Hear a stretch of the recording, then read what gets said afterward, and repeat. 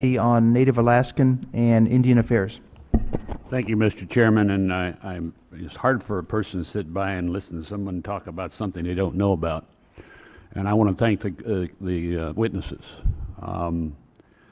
The gentleman, Mr. Holt, refers to the commission made of Bill Riley, known environmental extremists on fossil fuels, said there should be no offshore drilling, period. Senator Graham from Florida agrees with that. And of course, Francis Minneke, National Resource Defense Council. I would say it was not really a fair commission. I mean, they were prejudiced when they were started, and you know it. Their report, and I've attacked it time and again, is false. I just want everybody to make that record clear. Mr. Sullivan, can you give me some specifics how they've interfered in delaying development of oil in Alaska? Yes, sir, Congressman Young, and I just to clarify, I did want to make the point that in 2009, the Obama administration itself stated, quote, "There's an adequate baseline of information that exists to address the environmental effects of OCS oil and gas programs." So that was from this administration. I also want to just clarify the spill in January. The date again, That's please? not your time. I beg your pardon. Remember that. The spill in January did not spill 1 ounce of oil on. There was a misstatement, 13,000 gallons.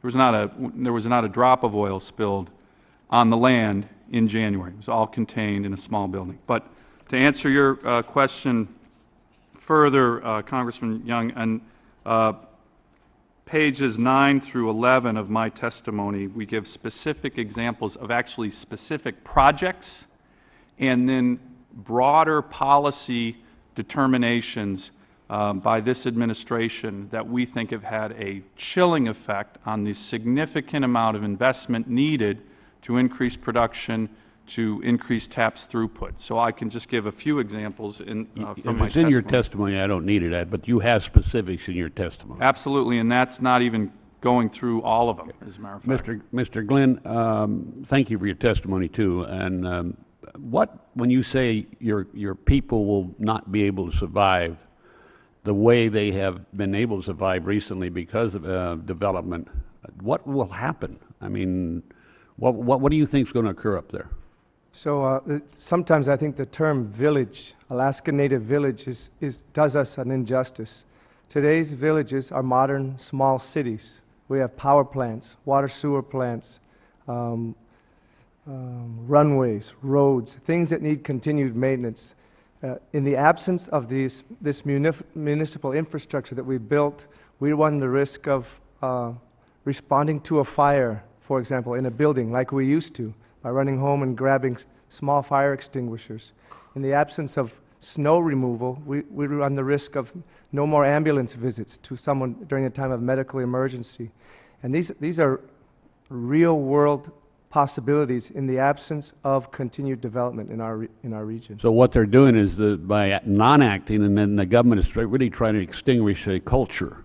So that a lot of people will fight Arctic development in the name of saving the culture of the Native people there. If they really want to help us, they should come try and live where we live. You know, I'd like to see them move a honey bucket out and dump it in a lagoon for a while. I think you might learn a little bit, Mr. Holt. Mr. Lawrence, can I ask you a question? When you weren't issued the permit last year, who really stopped the permit? EPA issued a permit, did they not? We have not.